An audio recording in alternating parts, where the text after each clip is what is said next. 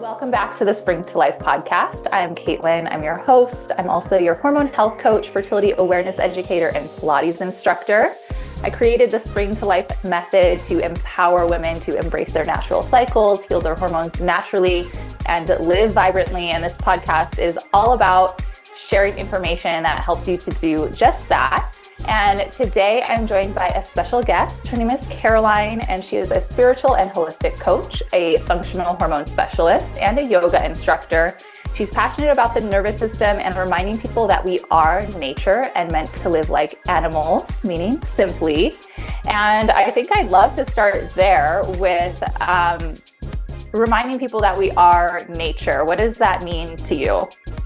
Yeah. Welcome. So thank you. Thank you so much for having me. And yeah, I mean, obviously, Caitlin, our brands align super well. We're both in this space of like helping women into their flow, helping people back to, understanding their bodies and being in sync.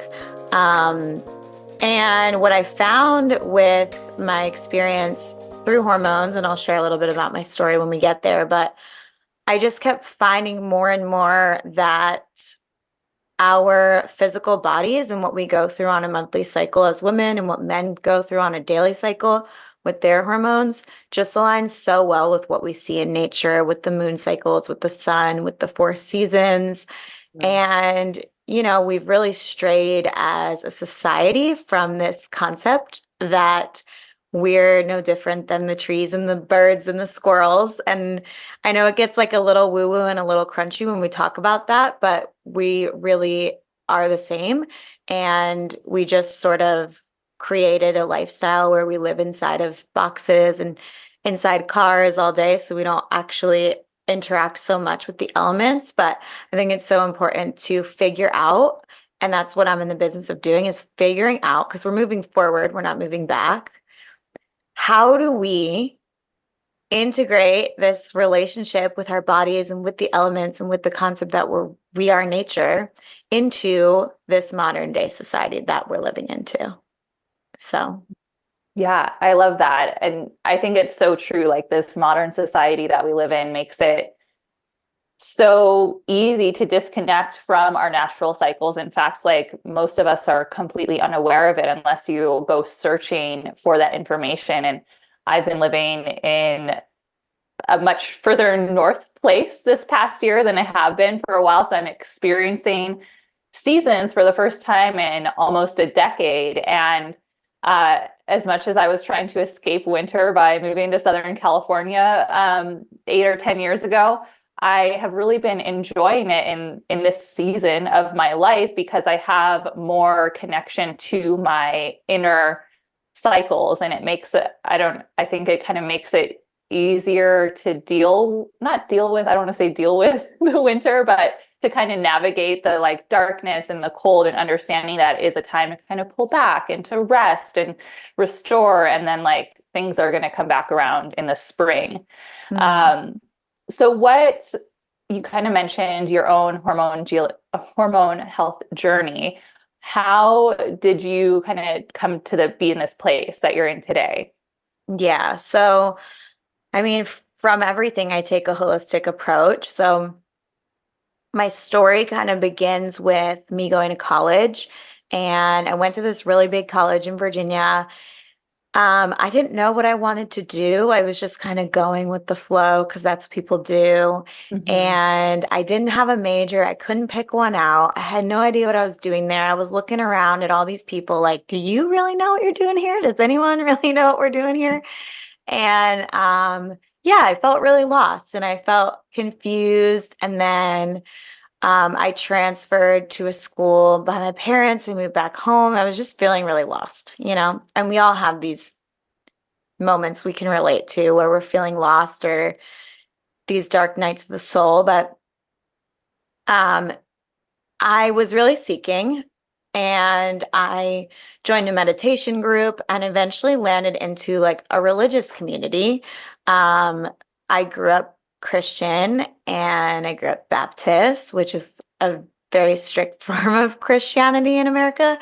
And I just landed into this kind of like rigidity. And that had like, in my searching for spirituality, that had such a profound effect on me because it put me through a lot of feelings of shame or blame and, you know, going from a feeling of loss, thinking I was being found, and then feeling even further lost along the way. My body started to break down. Like I really Mhm. started. So my period came to a full stop.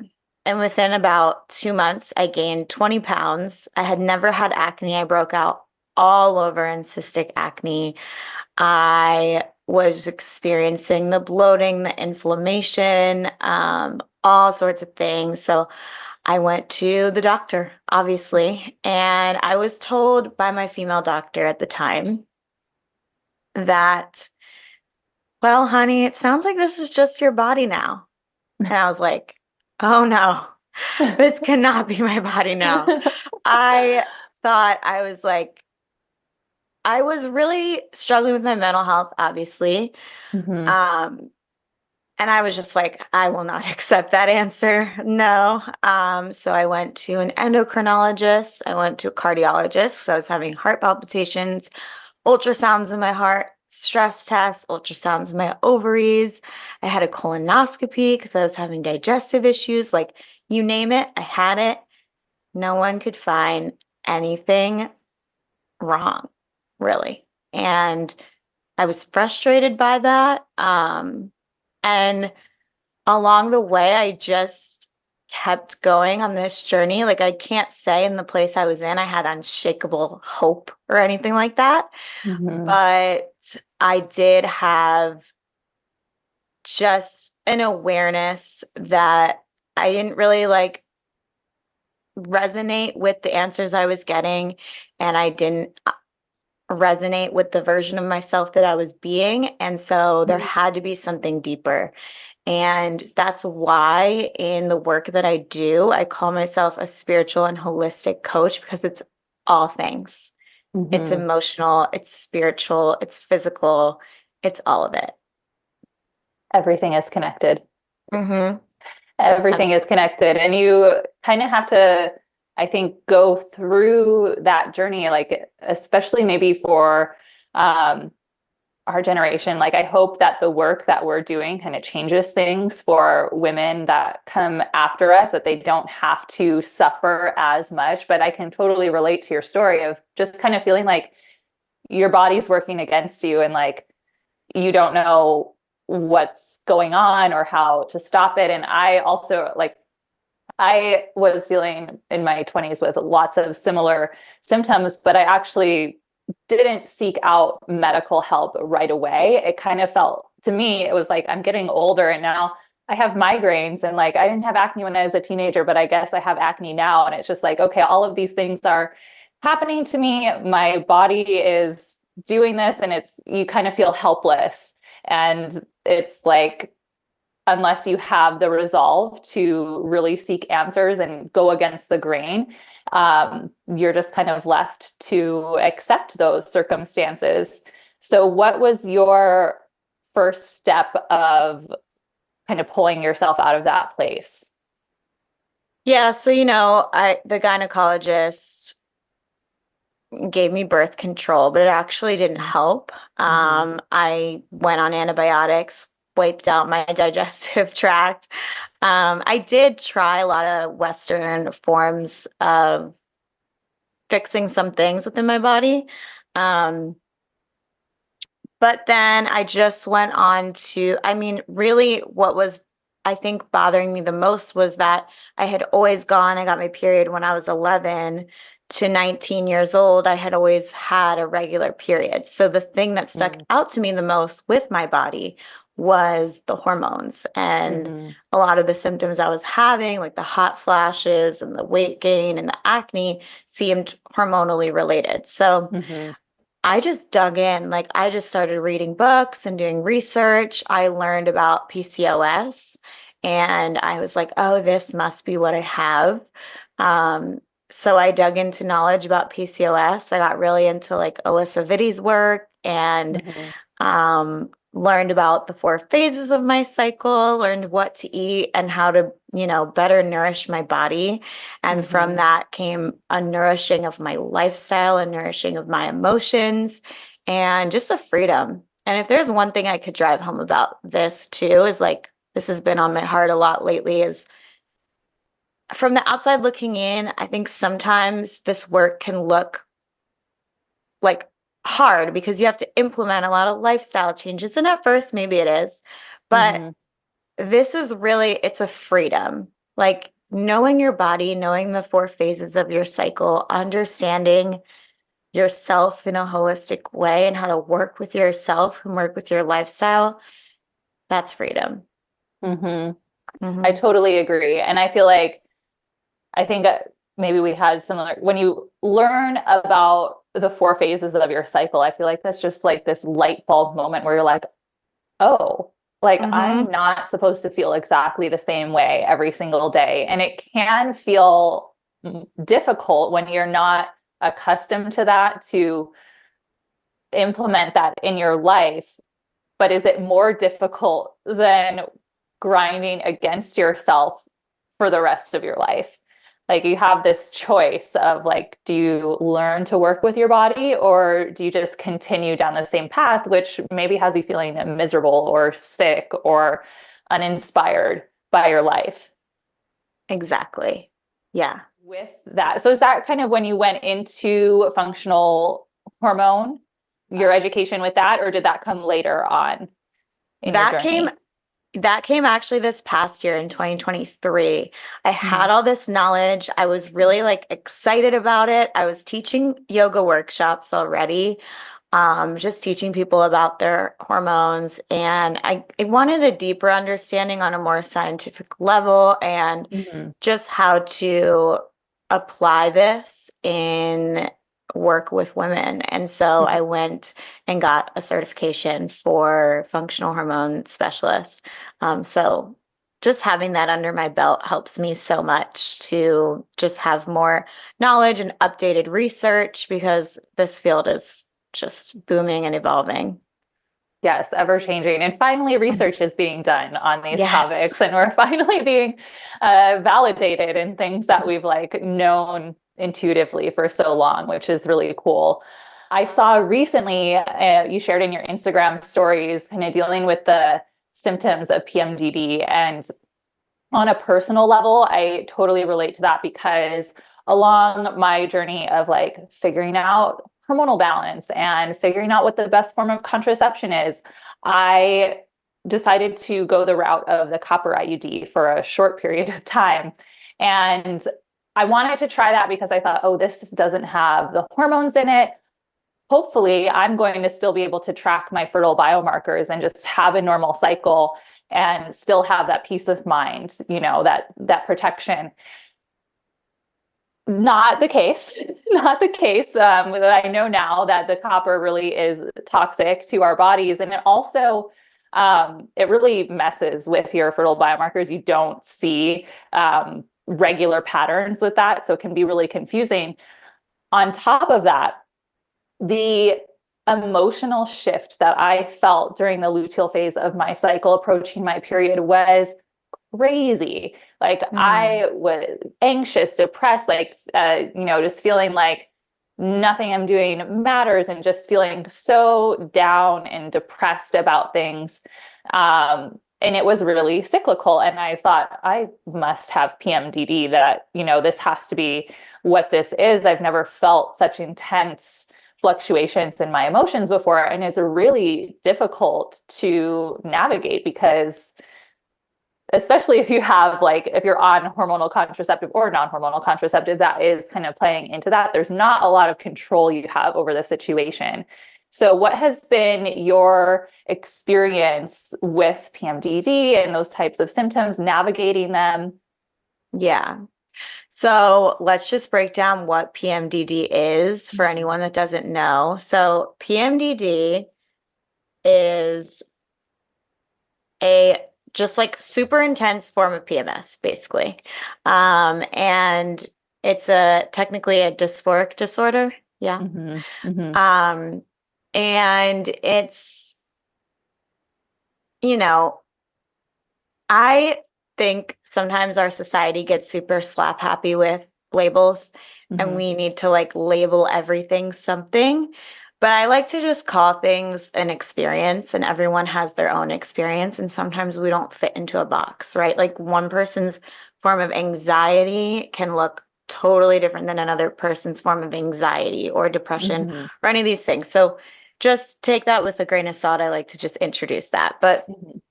it's basically a super intense form of PMS. Hmm. And, why people have it is somewhat unclear, but I just read a statistic recently that 83% study done that showed that 83% of women with PMDD had some sort of trauma in their childhood. And so I can't really think about PMDD without thinking about nervous system regulation and the way that I relate it spiritually. Because Hmm. what I think about the cycle and the luteal phase is the luteal phase is our inner autumn, and it's where we turn inward. And a lot of times it's what comes up for us right before we shed, Hmm. right before our menstrual phase, when we begin to release and we begin to shed. And on a spiritual level, I do think that it's a lot of times, sometimes our soul is tugging on us for certain things, or certain things in our body come up more because Hmm. we're building kind of that lining in our uterus and we're building up things that come up for us that we need to address. Hmm. So I do think that during our luteal phase, we have this experience of things coming up for us that we need to address, or it will come up over and over again. Um, and so when we see extreme cases of PMS or PMDD, um, you see with PMS, insomnia, maybe a little bit of trouble sleeping, some anxiety. Our amygdala is more activated in our luteal phase. So we experience a little bit more like criticism and the fatigue, little bit of bloating, but it's rather manageable. Hmm. But with PMDD, it's a little less manageable. Those experiences of anxiety can become a little bit more intense. Sometimes it can lead to extreme mood swings, feelings of suicidal thoughts. It can be a little bit more taxing on the body, more hot flashes, things like that. So it's just a more intense fluctuation. And with my experience of that, yeah, I mean, my fiance, Evan, he said to me one time, like, I feel like you're like 2 weeks on, 2 weeks off. And I'm like, yeah, me too. That's exactly how I feel. Like, and I mean, he's so great and supportive. I'm really lucky to have a man in my life who really like gets it and supports me in that. But yeah, I mean, PMDD can feel like you only have 2 good weeks a month and then the rest, or even like at one point, I really thought I was bipolar because you have these like two extremes where you're like teetering between. But what I've found in managing the PMDD and the PMS, is that it's so, I mean, just like syncing with our cycle, it's so helpful to know and predict when we're going to be moving into our luteal phase. So we can do things that really nourish us and meet us in this phase with compassion. Hmm. Yes. And I think just having the awareness of where you're at in your cycle can really help prepare you for that. And what you said about, maybe some trauma surfacing or whatever it is that we need to shed, I think that makes sense. And because, when I was like dealing with that kind of intensified situation, the only thing I started listening to some different podcasts, and there's really not a lot of content or awareness out there for PMDD. I'm starting to see more creators and practitioners, coming up with just even validating this experience, because I think a lot of women that maybe go to their doctor with these symptoms are brushed off and like, it's your cycle, it's your PMS, whatever. But the thing that helped me the most was actually a journaling practice at the beginning of the day to just set my mind right, of like brain dumping all of the old shit, excuse my language, but like get the past out, find gratitude in the present, and then think future positively. Like I had to really like shift my mindset in order to like get myself through that day. And now I know like there's also like nutrient deficiencies and things that you can be supplementing to help like kind of fill the gap a little bit. But I think there is definitely that mental hurdle that you have to overcome and or deal with or confront or face. So does that kind of play into also like the spiritual work that you do when you're working with women in this capacity? Yeah, totally. And it sounds like that practice that you described is like brain rewiring. And that's a lot of what nourishing your nervous system is doing too. It's really rewiring your nervous system. And so when we talk about that 83% of women have trauma early on, it's like when we talk about trauma and nervous system regulation, trauma doesn't have to be some like big event that happened to you. It absolutely can be, but what trauma really is, it's just trapped survival energy in your body. And that could have happened for any reason. It's just the way your nervous system responded to an event. So I always use the analogy of like, it could have been you were so hungry one day and your mom told you couldn't have a lollipop at the bank. And your nervous system felt threatened by not getting that thing that you wanted in that moment. And so it doesn't always have to be this big T trauma, can be that survival energy gets stuck in our bodies.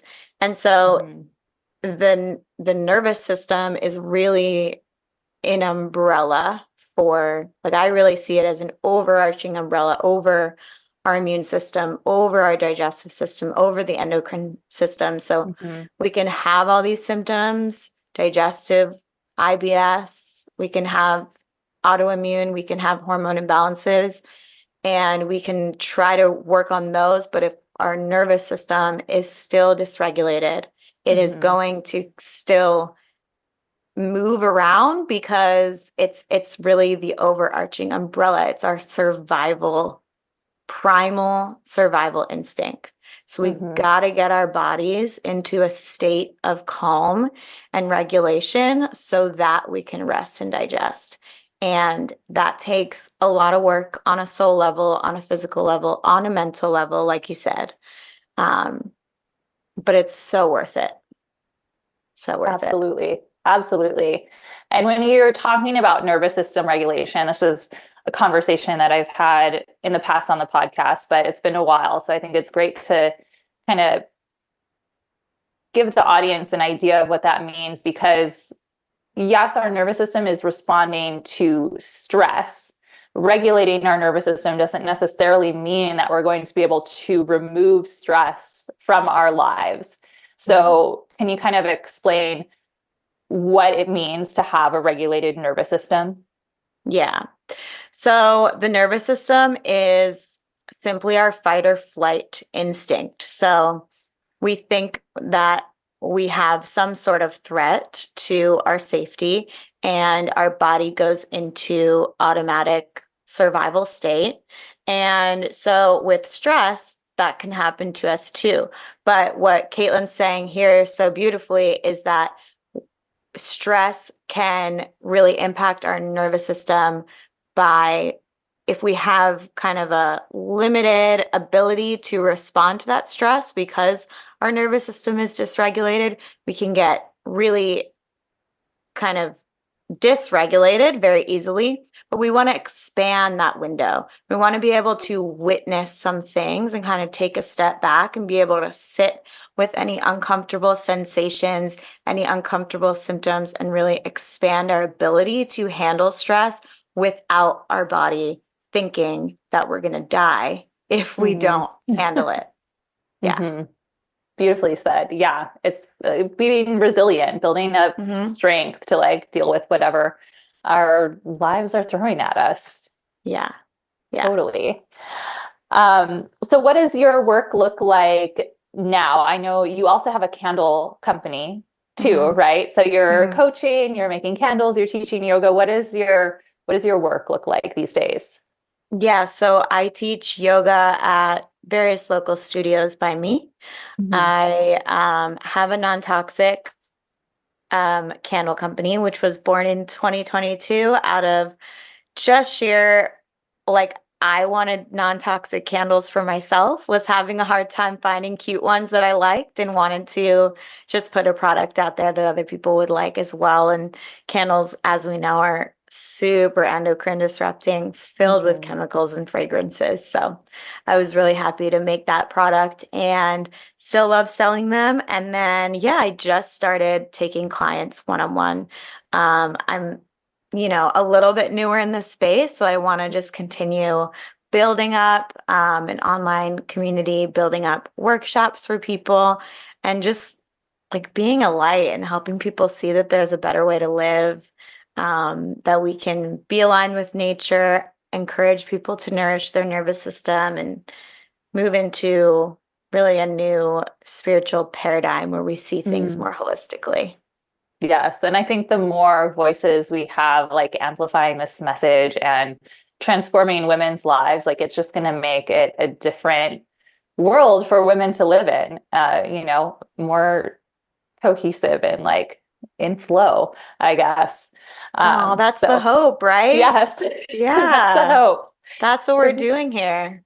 exactly. And hopefully we will be combining forces to be sharing the cyclical nature of our bodies and the way that can be reflected in movement in a nourishing way. Um, that's my favorite way to just kind of like reflect it, I think, and give that to people that don't are not familiar with it. I think that gives a really clear feeling of what that means to like have those fluctuations when you can like lift up the energy, bring it down, and like be like, oh yeah, I do have days where I'm tired and I don't want to push myself super hard. And you don't have to, of course, there's always things we have to do, to get things done, but trying to weave it into our cycle is so important. That's a great point.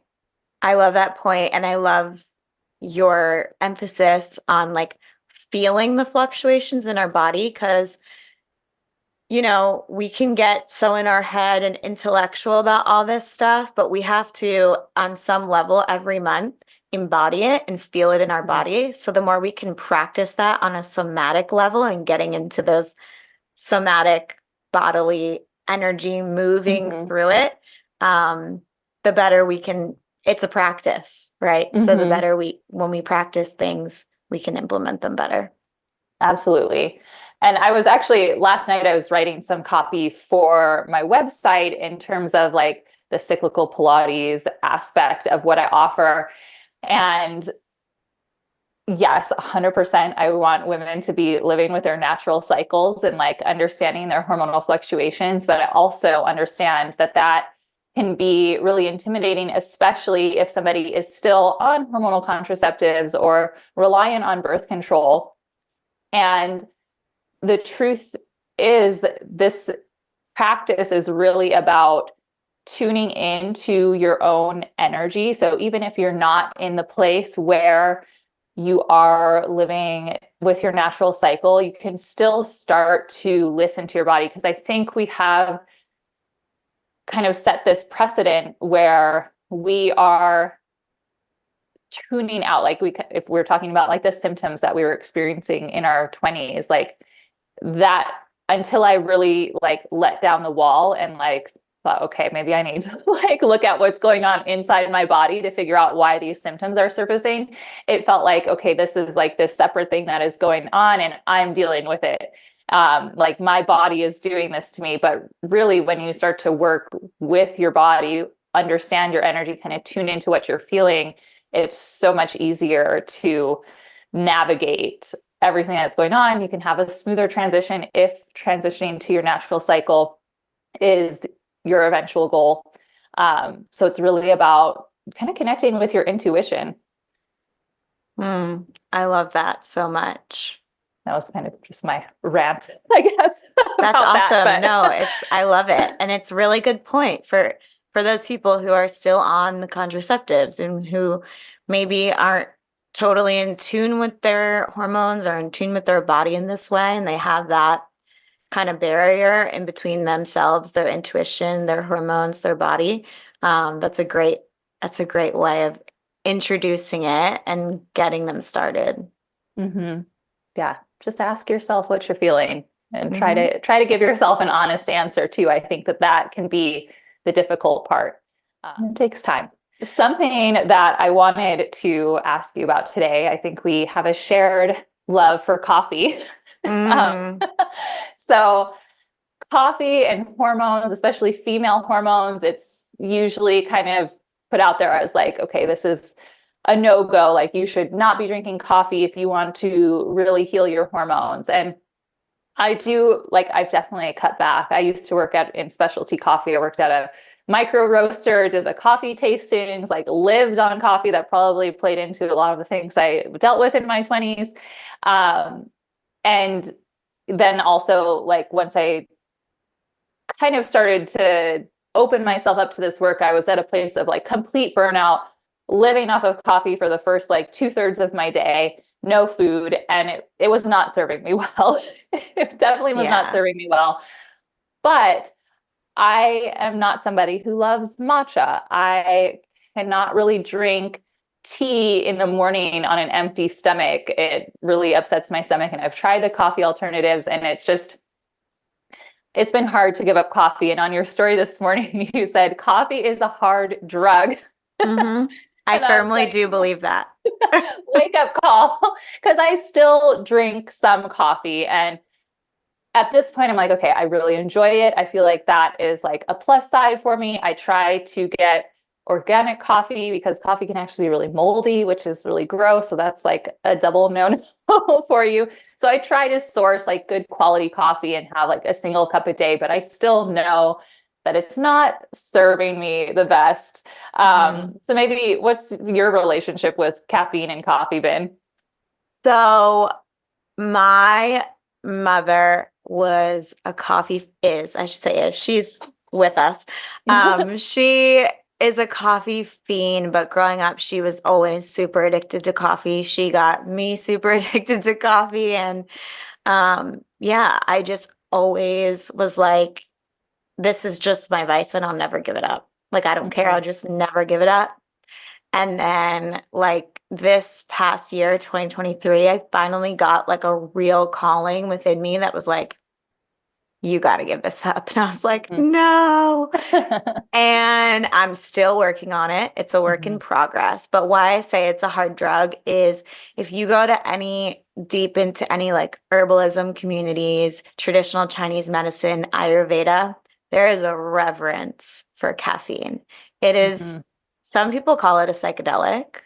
Like Mhm. it is it's just very normalized Mhm. in our culture and it's legal, similar to alcohol, but it's strong stuff, you know? It has the Mhm. power to really like kick up your adrenaline, spike your cortisol, Mhm. pump up your heart rate, make your blood flow faster. Like what it's doing to your body is pretty intense.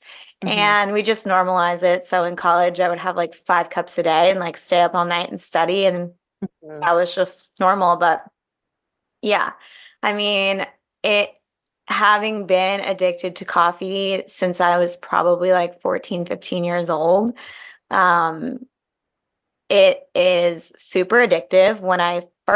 The only time probably in the past 13 years prior to giving it up for the month that I did, was like if I had the stomach bug. That was probably the only time I didn't have coffee for a Mhm. day. But I gave it up back in September, and the first 3 days, I wasn't expecting how hard it was going to be. I was like fully in a dark room, could barely open my eyes, sweating, like full withdrawal symptoms. And I was like, Mm-hmm. whoa, like my body hurt. Mm-hmm. I was not expecting that. And yeah, so I do think that there's like a reverence that we need to start having for it, especially in the women's community, because Mm-hmm. I think that women, for our hormones, for our cortisol levels, for our blood sugar regulation, we do have to be careful with it. Yeah, the withdrawal symptoms are real. I Mhm.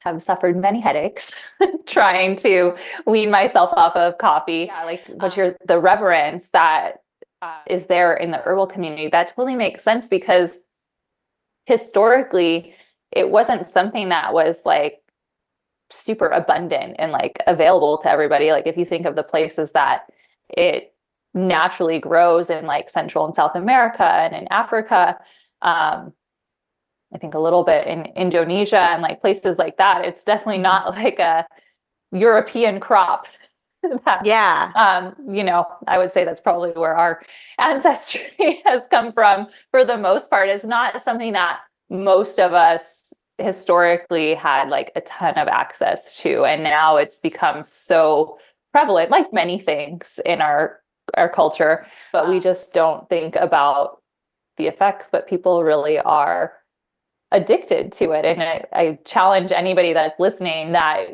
goes on 2 or 3 cups of coffee a day to even just cut back by 1 cup a day. And it is really difficult. Hmm. So did you just quit cold turkey, or did you, after you had some withdrawal, you had to kind of reassess your relationship with it? I quit cold turkey. I just, like I said, had a calling and I was like, I got to give this stuff up. It has too much of a stronghold on me, and I don't want anything to have a stronghold on me like that. Mm-hmm. So I gave it up, and I did last, I would say, like probably 6 weeks, but it got to a point where I just could not get things done the way I needed to. Like the Mm-hmm. productivity just wasn't there, and life keeps lifing. So Mm-hmm. I'm working on it. I would say I might wait till after my wedding because I have a lot to do right now to get ready for that. But yeah, especially as I plan to have kids in the future, I would like to really wean back on that for my hormones, Mm-hmm. really prepare myself for fertility in that way.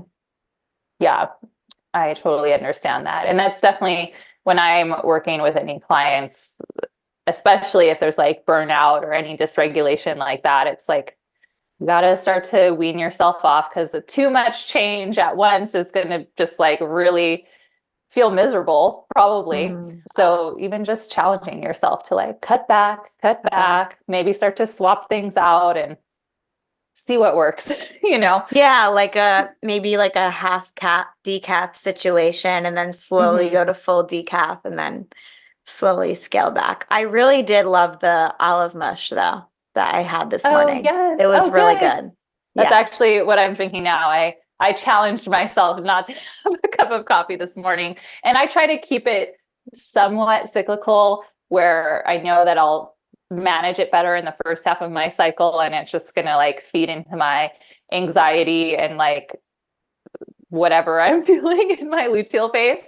So I try to cycle it that way, but it doesn't always work out like that. So Hmm. when you talk about coffee alternatives, I don't know if you've tried very many, but it's usually like some type of mushroom um, concoction. And I've tried, feels like so many, at least a handful of them. And they literally make me puke. They Like, I don't taste like, know. yeah, they taste like bone broth to me. And it's just like not that's not a cozy cup of coffee, No, the it's bone not broth like, taste. no, it's not like, I guess you can't really ask for an identical, No. swap for coffee. But But yeah. cacao is like a stimulating heart opener, the way that coffee is as an herb. And so I think the olive mush well, it has cacao in it, and I think the Hmm. cinnamon gives it that cozy flavor. And Hmm. there's almost like a little zing from the ginger and turmeric too, Hmm. that I think really, really kind of worked. And um, so I really liked that. The matcha, I also really do like matcha. It's Hmm. a little like grassy though. So if you don't Hmm. like that kind of like bitter, like grassy taste, then it's not coffee. It's not a coffee like Yeah. similar tasting thing. Yeah.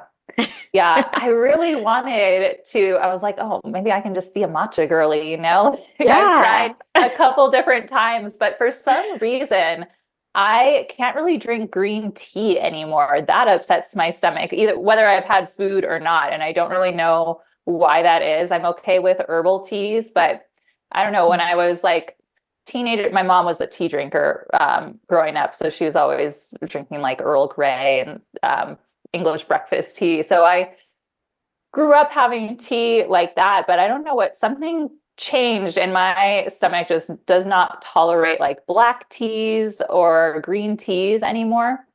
Hmm. So I was like, okay, well, I actually just recently tried I was like, I'm going to try matcha one more time. And it's like, no, it's just not for me.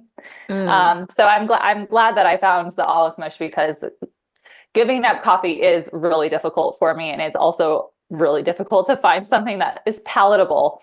So this kind of like fills that gap. It doesn't taste like coffee, but it has that same kind of like coziness to it without It making me feel does. nauseous. Hmm. Is is matcha your main swap then these days? I would swatch. I would swatch. I would swap matcha. Yeah, and there's like the Chinos, although those don't Oh totally do yeah. it for me. I got to put like 4 bags of the tea in there for it to be like a really strong, bitter Hmm. coffee taste, but those are good too. I have those. But I also just really like cacao as an alternative because Hmm. that cacao and cinnamon, like that combination is cozy and delicious. So that's a good swap. Yes, I do love cacao. I think I was on like a cacao kick for a while, and then somebody brought up to me again the lead contamination in cacao and like Mm, threw me off. And I was like, oh, like nothing is pure anymore. I Um, know. do you have a favorite type of cacao that you go for? I don't. I'm not a cacao connoisseur, so I don't Hmm. have like a special lead-free one that I could recommend at the moment. But if I ever do, I'll let you know. Okay, thank you. I know I was like, I don't know, is this even a rabbit hole that I want to go down right now? Like, I feel like I have to pick and choose my Mm, battles. Like, you get a couple things under your belt and you ride smooth with that for a while and then tackle a couple more things. You can't overwhelm yourself too much. that's so true. And maybe we could talk about that too. Just like when going non-toxic, how overwhelming Mm, it can be when you're like, and I think kind of what I was saying before about changing your lifestyle and how from the outside looking in, this can feel like a jail because mhm, you're like having to give up so many things and you can only eat this and this has lead in it. And yes, but you, like you said perfectly, you pick and choose your battles and you move slowly. It's not an overhaul all at once. And I really want to emphasize to my clients and people that listen to this too, like if it becomes a jail cell and if it becomes this miserable thing where you're like controlling and trying to like monitor everything, like let it go, mhm, like come back to the basics. The most important things for me is making sure people get like sunlight, fresh air, get some nutrients, drink water, and move your body. Like those mhm, are my 5 basic things. And slowly and surely the other things trickle in. But if it becomes too controlling and this like miserable space in your head, throw it out, you mhm. know? Yeah, I think that that is so true. And yeah, it does become, even for me still, like going to the grocery store, like I am passionate, like I love food. I love having good, nourishing food. And I'm also really aware of all of the contaminants, like the pesticides and the additives and things that are in our food. And I think probably because I was dealing with a lot of digestive issues at the onset of like me figuring out my symptoms and healing my hormones and things, I had to really shift from what I thought was healthy eating into like true healthy eating. And that meant, cutting out a lot of processed foods that were like supposed to be clean. And then also becoming aware of like the pesticides. And now, like, I feel like I'm in a good place with my digestion. It doesn't mean that I want to start to add in a bunch of like processed food again. But even with the produce, I get like, I sometimes stand in the produce section of the grocery store and I'm like, I want to get all of the organic produce because I know that these are sprayed with pesticides. I actually just was talking on my stories the other day because I found out that the citrus in my grocery store has the peel coating on Mm. it. I was like, Mm-hmm. no. What's it I called? watched. Organapeel Um, or something? this one said peels with a Z. Okay. So I was like, that sounds really similar to a peel. So I Yeah. went and asked the stalker in the produce section, who's like, oh yeah, and probably the ones that don't have that sticker also have the coating on it too. I was like, oh my gosh, I can't win. So it's like, okay, do you drive yourself crazy? Do you run up your grocery bill? Trying to like protect yourself, is that stress worth the stress that you're avoiding? So you kind of have to like weigh out what is like the balance that I need to strike. And like if you're having digestive distress, starting with your food is probably a good place. Do you need to like throw out everything in your house immediately and change everything to non-toxic? No, like it's a process. And it can be done sustainably. One of my favorite things is to save big glass jars, clean the labels off and use that as food storage instead of spending a ton of money on new glass Pyrex dishes or whatever it is. How do you kind of deal with that, finding that balance in life? Yeah, I love that. And yeah, I mean, like cleaning vinegar.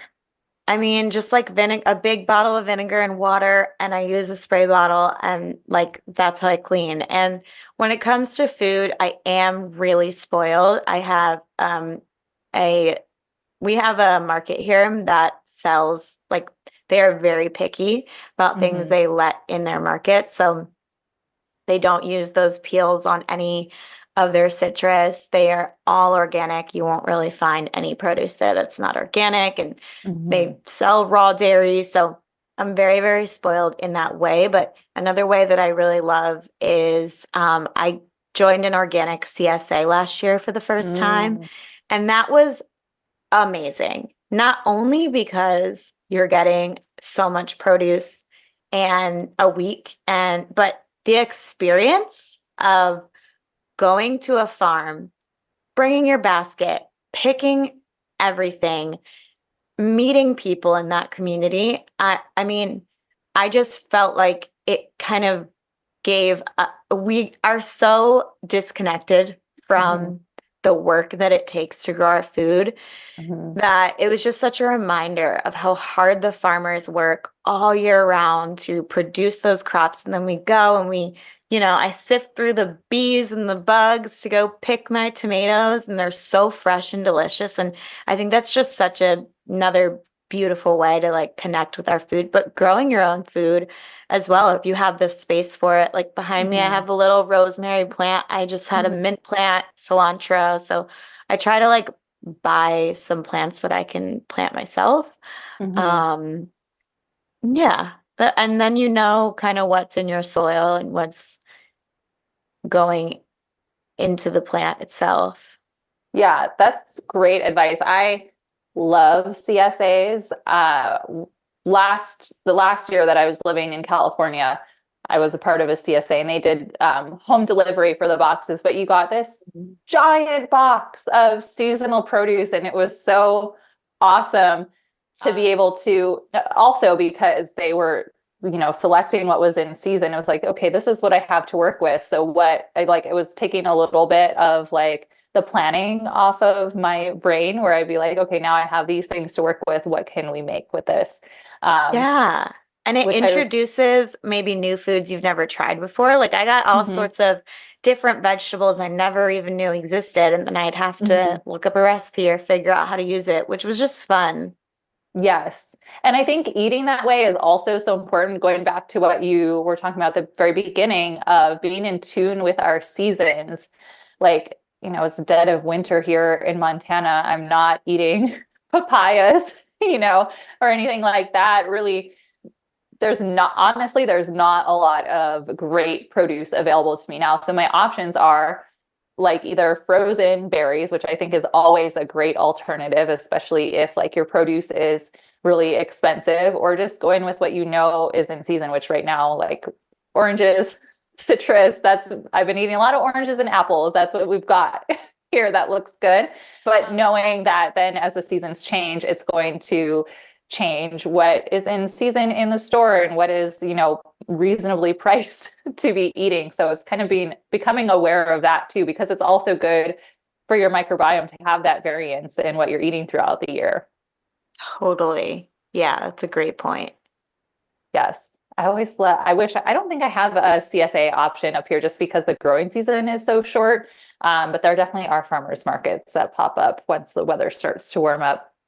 Yeah, and So, like you said, it's not only the food itself, but it's the experience of being in tune with the seasons and all of that. yes, I love that. Well, is there anything that you would like to leave the audience with, Caroline, before we wrap things up? Yeah, I mean, I just want to drive home everything we talked about today as far as nervous system dysregulation, just like checking in with yourself always on a holistic level. And again, driving home the point of like, we talked about a lot of things today, changes you can Mhm, make and swaps you can make and foods you can eat, but like be gentle with yourself wherever mhm, you are in this journey and know that wherever you are is perfect. Even the fact that you're listening to this right now means mhm, that you're, on your way. And again, if it ever gets to a point where it feels rules and like rigidity, just come back to the basics and mhm. and really just go inward. Yes, you want to keep that joy in your life. So you have to Yeah. find whatever that like pocket of joy is for you and really embrace that along with anything else that you might be changing in your life. I think that's really well said. Yeah, we want this work to feel like freedom and feel expansive and feel hopeful and joyful and really just change the paradigm in women's health. So Mhm. we want it to feel really, really good. Yes. And actually, kind of like an image that came up when you were discussing this previously is when you enter this type of lifestyle, like you might be closing the door on like some of the things that weren't serving you previously, but you're opening up so many other doors of feeling really vibrantly healthy and being able to experience different things in your life. So um, it's never meant to be something that like closes you in. It's meant to Mm-hmm. be, like you said, something expansive. I think that's really beautiful. Mm-hmm. Awesome. Well, thank you for joining me, Caroline. I have really enjoyed talking to you today. I'm sure the audience is going to love this episode. Thank you for listening. I really appreciate your subscriptions to the show, any ratings and reviews that you leave, and I'll talk to you next week.